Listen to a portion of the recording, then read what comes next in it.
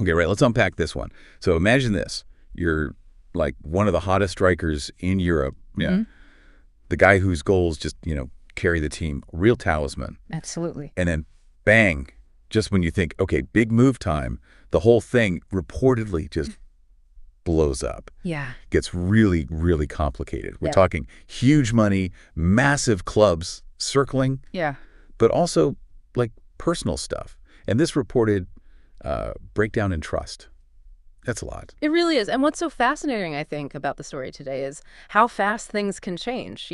Success on the pitch suddenly creates all these complex issues off it. Right. What should be maybe a straightforward move turns into this whole saga, like you said, loads of different pressures involved. Yeah, that's precisely what we're diving into today. We got this really interesting article from express.co.uk. It seems to lay out the latest reported details on Viktor Gyokeres, Sporting's, star forward. Yeah, it's a good snapshot, this source.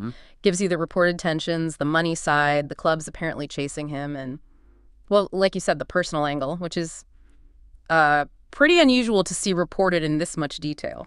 So our mission here really is to get under the hood of this, understand what's reportedly driving this potential transfer. We'll look at Gyokeres himself, what's apparently causing the friction at Sporting, check out the Premier League interest Arsenal, Man United are named, dig into the financials, the reported figures, and then, that surprising personal stuff. It adds a whole different flavor, doesn't it? It really does. So what are the key things you need to know to really get a handle on what's reportedly going on with Viktor Gyokeres right now? Well, the scene, according to these reports we're using, is basically Gyokeres looking ready for a move this summer. Wants to go, perhaps.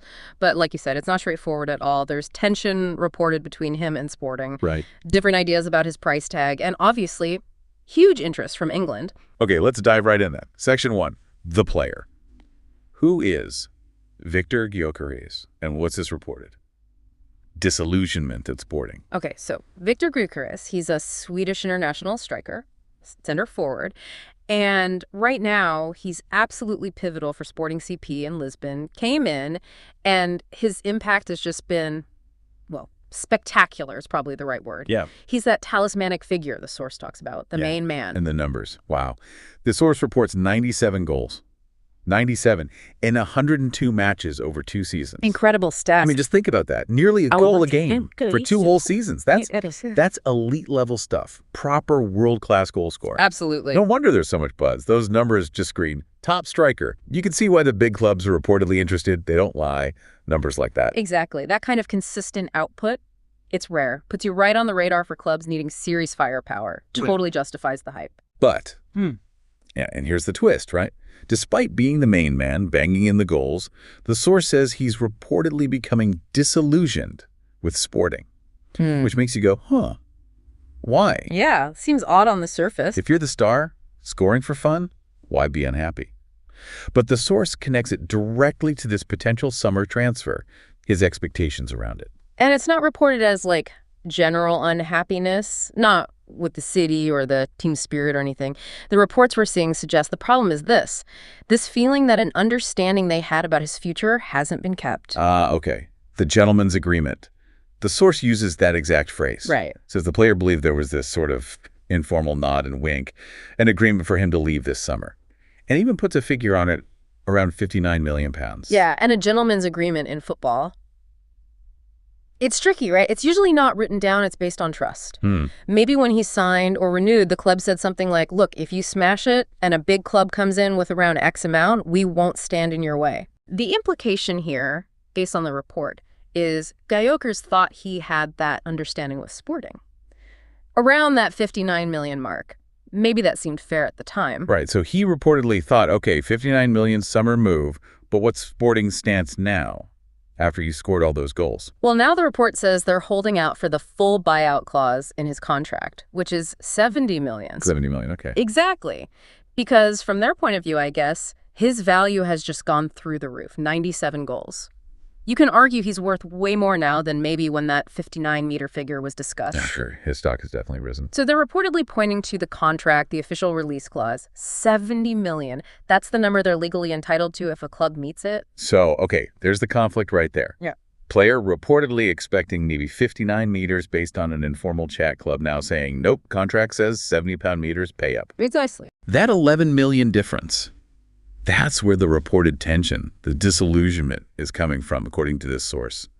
It's that classic clash, isn't it? Informal understanding versus the cold, hard contract clause, especially when a player performs way better than expected. It really shows how quickly things can shift in football. Performance changes everything, and those informal agreements built on trust, well, they can get strained when there's big money and market values shooting up. And it gets potentially even messier. The report mentions speculation. Speculation, mind you. The Gyokeres might even consider strike action to force a move. Yeah, now that would be dramatic. Strike action, it's pretty much the nuclear option for a player. It really is. Refusing to train, refusing to play. Exactly. It's incredibly rare, and it can do serious damage. Your relationship with the club, the fans, even your reputation in the game. So the fact it's even being whispered about, according to the source, it suggests the level of frustration might be really high on the player's side. Potentially, yeah. Like, if that 11 million gap isn't closed and Sporting won't budge from the 70-pound meter, he might feel pushed into a corner. Might feel it's the only leverage he has if he truly believes that earlier 59-meter understanding was genuine. It signals how serious this reported disagreement is, not just a minor grumble. It suggests things could get pretty ugly if they can't find a resolution. Wow, okay. So a goal machine, reportedly unhappy over money, possibly thinking about extreme measures, that definitely sets the scene. That financial disagreement really seems to be the reported flashpoint. Right, so if he wants out, where is he potentially heading? Let's move to Section 2, the Premier League race. Because the source is pretty clear on this. It says he's edging closer to a Premier League switch. Yeah, that's presented as the likely outcome if he does leave Sporting this summer. And it names the two big players reportedly in the mix, Arsenal and Manchester United. And what's really interesting here, reading the source, is how Arsenal seem to be positioned. It highlights the agent's work. Hassan Chetinkaya says he's making significant strides. The agent pushing hard. Makes sense. Yeah, trying to get the deal done for his client. And then there's this really specific detail. Citing CNN Portugal, the report claims Chetinkaya met with, wait for it, Arsenal's owners on Wednesday. The owners themselves, wow. Yeah, not just, the sporting director or whoever. The actual owners, that feels significant. Like Arsenal are going straight to the top to get this done, if that report's accurate. Meeting the owners. That usually signals things are pretty serious. Very advanced stage. Right. It suggests the guys with the final say on the big money are directly involved. Arsenal treating this as a top priority, maybe trying to speed things up. And it wasn't just a one-off meeting either. The source says Arsenal people were reportedly in Lisbon last month negotiating too. So it's been ongoing. Shows sustained interest, yeah, a serious effort. And the latest, according to the source, is that talks are very advanced. What does very advanced usually mean in transfer speak? It typically means they're getting close on the key stuff. Maybe player terms, salary, contract length are largely agreed or close. The structure of the fee payment, that kind of thing. The main hurdle left is probably agreeing the final fee with Sporting and sorting the last details. Okay, getting down to the nitty-gritty. And maybe the biggest pull for Arsenal, reported here anyway. The source says joining Arsenal has been Gyokeres' top choice from the very beginning. Now that is potentially huge. Player preference. That's massive in transfers these days. If he really wants Arsenal above anyone else. It gives Arsenal a big advantage. They know if they agree a fee with Sporting, the player's likely on board. Makes it harder for other clubs to muscle in. He might be less interested in talking to them, even if they offer more. It strengthens Arsenal's hand. So why are Arsenal reportedly so keen? Sol says they want to bolster the squad with a top-tier striker before the season starts, and specifically to compensate for previous disappointments. Yeah, you can read between the lines there, can't you? Title challenges falling just short.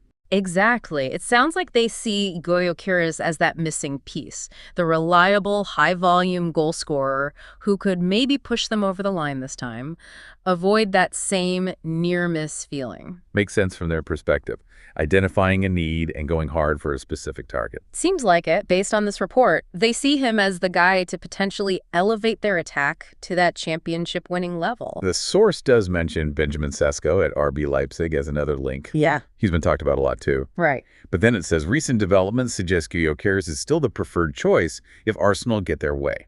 So while they might have backups, Gyokeres is reportedly plan A.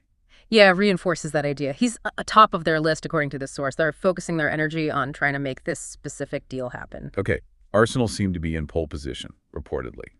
What about Manchester United? How do they fit into this picture, according to the source? Well, the report suggests this news about Arsenal's progress. It could leave Manchester United supporters disheartened. Disheartened. Strong word. Yeah. Suggests they were really hoping to get him. Seems that way. And then there's this intriguing bit about Ruben Amorim. Now, we need to be super careful here and just report what the source says. Okay, yeah. What does it say? The article identifies Amorim as United's boss who lured him from Coventry City. Right. Now, obviously, Amorim is the sporting manager currently. Correct. He managed Gyokeres at Sporting, but this source we're reading reports him as United's boss. We're just relaying that specific claim. Got it. Sticking strictly to the source. And the implication the source draws from that premise is that Arsenal steaming ahead could leave this reported United boss Amorim out in the cold. So, following the source's logic, if the manager who signed him for Sporting was now hypothetically at United and then couldn't sign him again because Arsenal got there first, well, that would be a big blow for United. A missed opportunity linked directly in this report to their supposed manager. Interesting angle, tying it to the manager connection, even with that detail about who the manager is. Yeah, it adds another layer to the rivalry aspect, as presented in this specific source. And the potential outcome for United if Arsenal do get him. The source says it could leave United reeling. Again, strong language. Yeah. Losing out on a top target and seeing him go to a direct rival. That would definitely sting. A setback for their own summer plans, presumably. So, based only on what this article reports, Arsenal look like they've steamed ahead. Right. The reported owner meetings, the supposed player preference, it all points to them being significantly ahead of United in this particular chase as things are reported right now. Okay. Club race covered. But let's pivot. Because this source does something interesting, it really leans into the personal side. Section 3. Yeah. Which, often gets overlooked in these huge money deals. Yeah, this is where the narrative gets quite complex and human, actually. These aren't just assets moving around, they're people. With families, partners, lives. And the source explores factors reportedly pushing Gyokeres to actually stay in Lisbon, which kind of flies in the face of the reports about him being disillusioned and wanting the Premier League. Creates a real tension, doesn't it? First up, family advice. Source says close associates want him to stay put. And there's this specific anecdote. His uncle, Chris, at the Taça de Portugal final, so right after winning a trophy with Sporting, a big moment. Yeah, very evocative setting, not just a random chat. And the source quotes the uncle directly from around that time. Get this. Yes, very much. Yesterday at dinner, we decided that he has to stay. We decided that he has to stay. What? I know. We decided. Yeah. Has to stay. Yeah. That's pretty forceful language from family, reportedly. It implies a real collective family feeling, almost like they're telling him what to do. And the source mentions the family likes Lisbon, too, feels affinity for the city. So strong family pressure to stay, reportedly happening right around a moment of success and celebration with the club. Very vivid. It definitely grounds it in his real life. Yeah. And it's not just the uncle. His partner, Ines Aguar, is also reportedly trying to persuade him to stay for another season. And again, a specific action reported here. The source says she promised to do everything she could to get him to commit to a third season. And she reportedly said this in chats with Portuguese media. Making it public like that. Exactly. Putting that promise out there in the media. Yeah. It adds weight, doesn't it? Makes it a very visible effort on her part. Definitely ups the ante. Shows she's serious about wanting him to stay at Sporting, according to the report. Okay, so family and partner reportedly pulling him towards staying. But then, the source throws in a quote from Gyokeres himself about his own lifestyle preferences. Yeah, this is fascinating. He apparently compares life abroad to Sweden. Right. He reportedly says Sweden is kind of work hard all week, only socialize on weekends. That's his perception, yeah. But Portugal, Lisbon. He describes it as having more life during the week. He mentions like dinners with friends and a glass of wine on Monday. And his conclusions. Simple. I like that. I like that. So, you see the internal conflict reported here, right? Professional ambition, pulling him towards the Premier League, maybe Arsenal, the potential frustration with Sporting, pushing him out. But then you've got family pressure, partner pressure, pulling him back, and his own admission that he actually enjoys the Lisbon lifestyle. prefers it even. It's a real dilemma, isn't it? How do you weigh all that up? The career ambition, the potential huge move, the Premier League dream, versus family wishes, your partner's pleas, and just genuinely liking where you live day to day. Yeah. And it makes you, the listener, think, right, how much does that personal stuff, family, lifestyle, happiness actually count when you're talking about potentially playing for Arsenal or United and there's £70 million being thrown around? Can the pull of, a nice dinner on a Monday night really compete with the roar of a Premier League crowd and a massive contract? It's a fundamental question about priorities. And such a human layer to it all. You imagine the conversations he must be having, the pressure. It's definitely not just about the football. It's a life decision. Okay, let's loop back slightly now. Section 4. The nuts and bolts, the financials, and the agent's role. Because these are obviously key to resolving this reported tension. Yeah, we have to keep coming back to that core financial disagreement because the reports suggest it's the root of the problem. That gap between the reported 59 million gentleman's agreement figure, which the player reportedly thought was the deal, and the 70 million buyout clause Sporting are now apparently demanding. Right. And just quickly remind us, a buyout clause, what is it, basically? It's a fixed price in the contract. If a club bids that amount or more, the selling club has to let the player talk to the buying club. They can't just say no anymore. Exactly. Player still has to agree to move, obviously. But it takes the selling club's negotiating power away once that figure is hit. So why are Sporting reportedly digging their heels in at £70 million if there was maybe this £59 million before? Well, like we said, his performance has been immense. 97 goals. That changes the game. Value's gone way up. Way up. So Sporting, reportedly, feel justified asking for the full contractual amount. He's arguably worth that $70 million to them now, both on the pitch and as a potential transfer fee. It's the price they put in the contract, presumably as the maximum they thought they could get. Now they want it. Makes business sense from their side, perhaps. Puts the player in a tricky spot, though, if he feels they're going back on a prior understanding. Leads to that reported disillusionment. Precisely. And that's where the agent Hassan Satinkaya comes in. Section 4 highlights his crucial role. He's the one trying to navigate all this. Those reported meetings with Arsenal's top brass, including the owners, that's him trying to find a solution for his client. Trying to bridge that 11 million cap, basically. Exactly. Managing the players' hopes, talking to Sporting about the fee, negotiating with Arsenal or any other interested club. It's a massive juggling act. They're the middlemen, aren't they?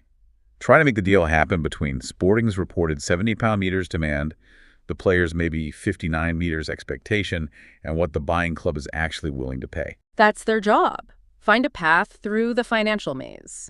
Which brings us back again to that reported speculation about strike action. Right. How does that fit here? Well, if Arsenal or someone else doesn't meet the 70 million clause, and Sporting refuses to sell for less, say, closer to that 59 million figure the player reportedly expected. Then what?